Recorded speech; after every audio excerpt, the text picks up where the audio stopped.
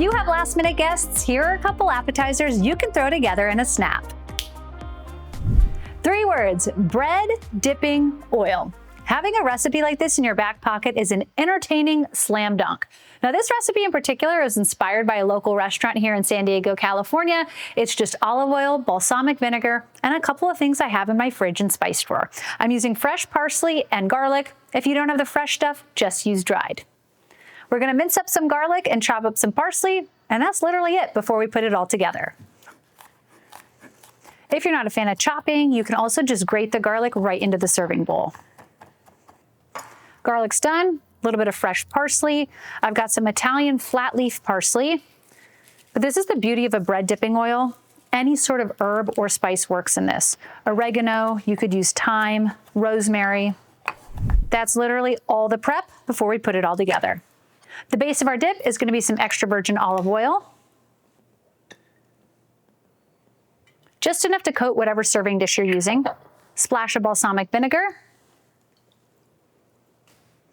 And then in goes our garlic and parsley. I like a little heat, so I've got some crushed red chili flakes here and a good old pinch of sea salt. That is it. Grab whatever carb you've got and dig in.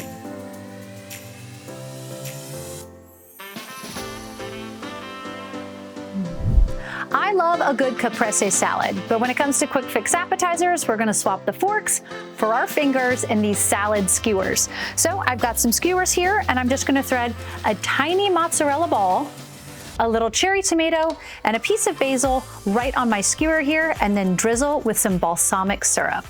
When a recipe is this simple and you're doing a last-minute store run, grab the highest quality ingredients you can because they'll really shine. And if you have a larger basil leaf, you can just fold it over and thread it through both sides. And just repeat that pattern. One down, couple more to go. A little bit of sea salt on top. And then the balsamic syrup. Now you could absolutely make this from scratch, but I'm in a hurry, so we're gonna drizzle on the store-bought stuff.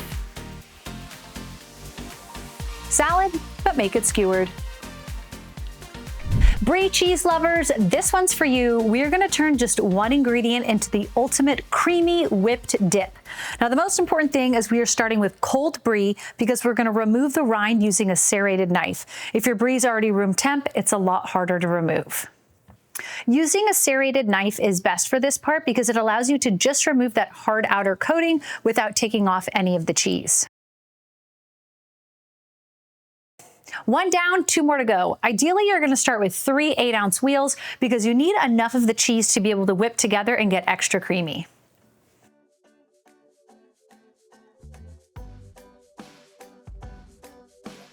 Now we've got 3 8-ounce wheels, no rind. They were cold, now they have to come to room temperature so we can whip them until they're super creamy. We don't have any time to waste, so let's make another app while these come to temp.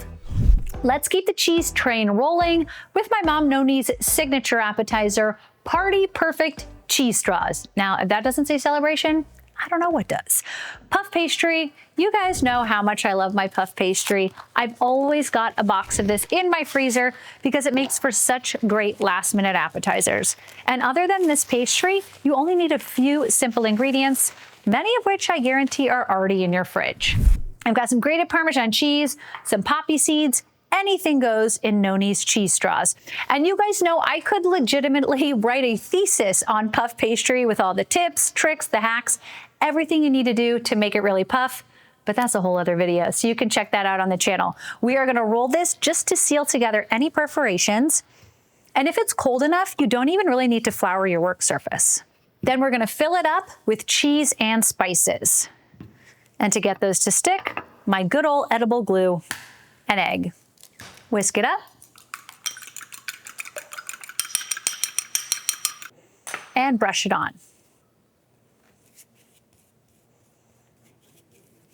Now here's where you can get creative. I just raided my cheese drawer and I realized I only have grated Parmesan cheese. That's gonna be fantastic on this. If you have a block of cheese, shredding it freshly is actually gonna help it melt better in this recipe because it doesn't have that outer coating on it. So I'm just gonna sprinkle on a bunch of cheese. And then anything else you think goes well with that flavor profile. So I like to also think about the way these cheese straws are gonna look because we're gonna twist them together and make a really pretty presentation. So I like the contrast of color that some poppy seeds provide. Do these have any flavor? I personally don't think so, but they look cool. And we eat with our eyes first. So think about this. This is just 4 ingredients. That's it. But coming up here, this is going to be the most important tip when it comes to Noni's cheese straws. Use that rolling pin again to push any of your fillings into the pastry. Grab a pizza wheel or a really sharp knife, and you want to cut them into about 1-inch strips. And then grab a strip and just twist. Pop these onto a lined baking sheet and then into a 400-degree oven. Most important, once you put them in the oven, let them do their thing and don't open it again. That way we get that perfect puff. Who knew you could make such an elegant appetizer with just 4 ingredients? It's like a hot Cheez-It. And back to our whipped Brie cheese. 3 room temp wheels of Brie into my stand mixer, paddle attachment. Now, believe it or not, we're gonna let this go for 10 minutes so it gets really creamy.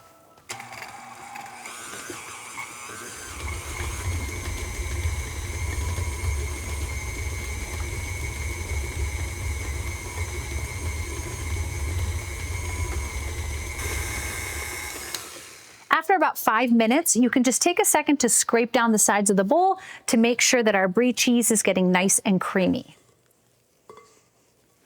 And it's really starting to take on the texture of almost like a whipped cream cheese. A few more minutes, then it's time to dig in.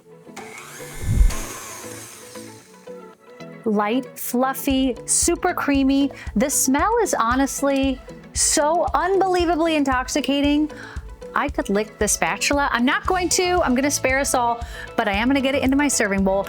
Now let's talk toppings. So this goes right into a shallow bowl. And then when it comes to toppings, anything you would put on your charcuterie board is totally game for whipped Brie cheese. I'm gonna do honey and cracked black pepper. And then I've got some crispy baguette toasts, but you could use crackers, you could use apple slices, whatever you've got on hand. It's wild to think that this entire thing is just straight Brie cheese. We didn't add anything else to it. I didn't even add salt. Now I'm gonna switch to a spoon and use the same kind of styling technique I use when I'm doing cream cheese frosting, which is the back of a spoon to make nice, luscious swirls. And all of those swirls give us tiny little pockets for that honey and black pepper to seep into. Drizzle of honey.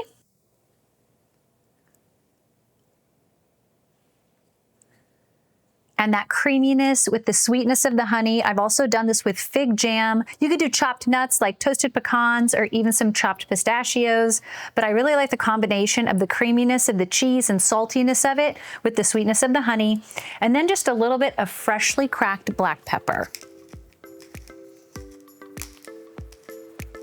This is unexpectedly delicious, and I guarantee you, you put this down on a table, it is immediate conversation starter. Grab those toasts and let's dig in.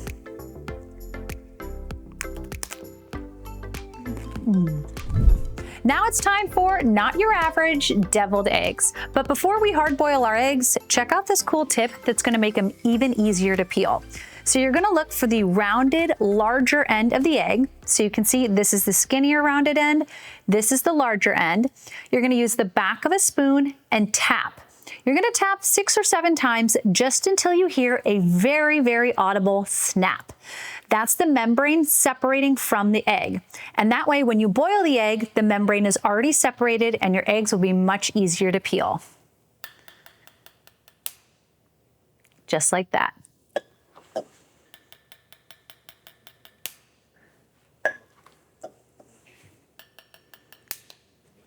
Sometimes it takes 2 or 3 taps, sometimes it takes 10, 11 taps, just depends on the membrane.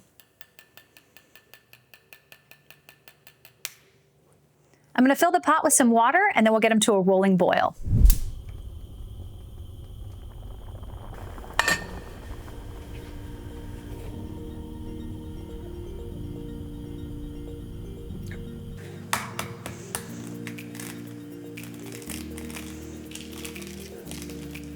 When it comes to peeling, there's a million and one tricks, but because that membrane has been separated, I like to use a spoon to just kind of loosen the shell and it'll pop right off. It's basically throwing itself off the egg at this point. I mean,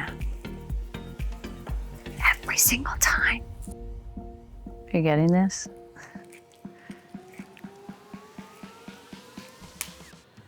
Is there a Guinness World Record for eggshells removed in one piece? Or 3? Now, are you ready for the little tip that's gonna instantly elevate deviled eggs? It's all about how you cut them. So instead of cutting them lengthwise, we're gonna cut them widthwise. But I'm gonna start by trimming off just the tiniest bit of the tip of each egg, and this helps form a flat base so that the eggs don't roll around on our serving platter. Now we go widthwise. Moment of truth. Perfectly yellow yolk, no graying whatsoever, and because we cut off those 2 little tips, they sit perfectly flat on a serving plate. I'm gonna scoop the yolks into my bowl here, and then we'll keep going with the rest of our eggs. Yolks are in, and then I have all of these little whites, the trimmings from the tips, and I also kind of broke an egg, but waste not, want not. I'm just gonna roughly chop this, and we'll add it to our egg yolk filling.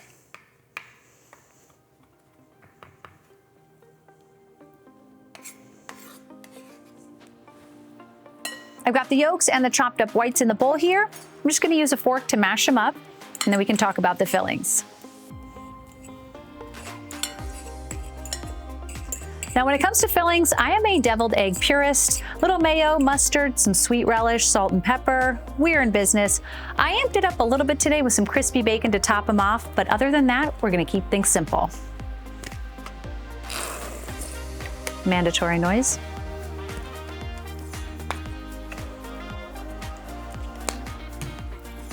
Lot of relish. I'm talking a lot. I like a little bit of deviled egg filling with my relish.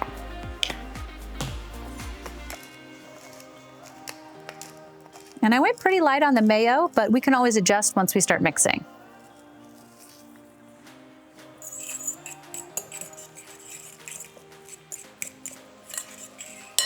Squeeze more mayo.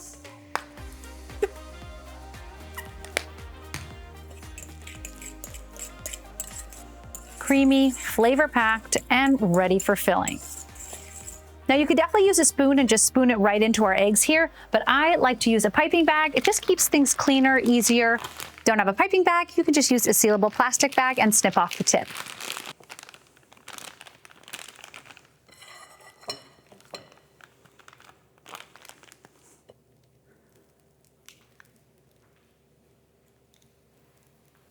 I always have this level of panic that I have overcommitted on the first filling, and then I'm not gonna have enough for the rest, and I'm gonna be fishing it out from the first one, but just kind of eyeball it.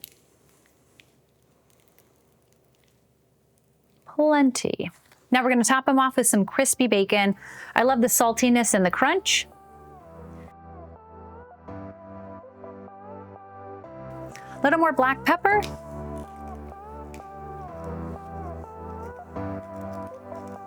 And those are not your average deviled eggs.